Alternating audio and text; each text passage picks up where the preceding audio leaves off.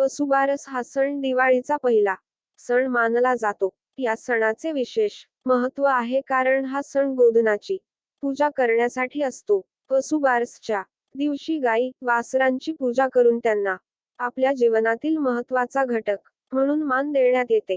चला तर वसुबारसची कथा जाणून घेऊया. एकेकाळी एक छोटासा गाव होता. त्या गावात बळवंतराव नावाचा एक शेतकरी राहत होता. बळवंतराव फार मेहनती माणूस होता. त्याच्या शेतात नाना प्रकारच्या फळभाज्या आणि धान्य लागवड करायचा. त्याचं छोटंसं कुटुंब होतं. पत्नी, 2 मुले आणि घराबाहेर त्याची आवडती गाय, ज्याचं नाव लक्ष्मी होतं. बळवंतरावला लक्ष्मीवर फारच प्रेम होतं कारण तिच्या दुग्धामुळे त्याच्या कुटुंबाची उपजीविका चालायची. लक्ष्मी अतिशय शांत आणि सोज्वळ गाय होती. तिच्या दुधात प्रचंड पौष्टिकता होती आणि त्यामुळे गावातही तिच्या दुधाला विशेष मागणी होती. बळवंतराव तिला आपल्या घरातील सदस्यांसारखंच मानायचा. सकाळी लवकर उठून तिची देखभाल करायची.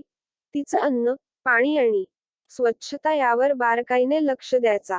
बळवंतरावच्या मनात असा विचार असायचा की गाय हे केवळ एक प्राणी नाही, तर ती एक देवी आहे आणि ती सन्मानाची पात्र आहे. एके दिवशी गावात एक साधू महाराज आले.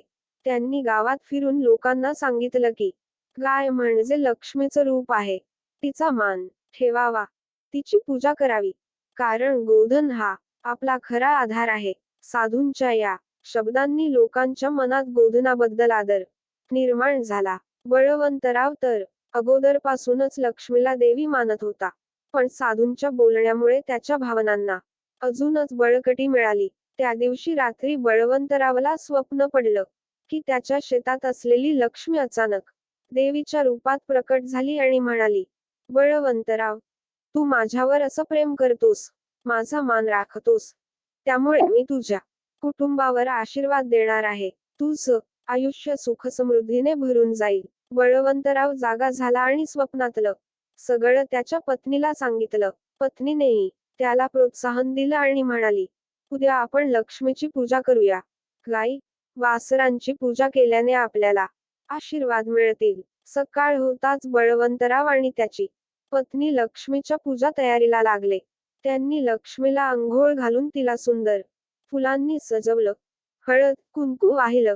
तिला खास गोडधोड खाऊ दिला. बळवंतरावच्या मुलांनीही आनंदाने तिच्या भोवती फुलं उधळली. त्याच दिवशी गावातील इतर लोकांनीही आपल्या गोधनाची पूजा केली. गाई, वासरांच्या पायांवर गंध लावून त्यांना नमन केलं. त्या दिवशीपासून गावात वसुबारसचा सण मोठ्या उत्साहाने साजरा होऊ लागला.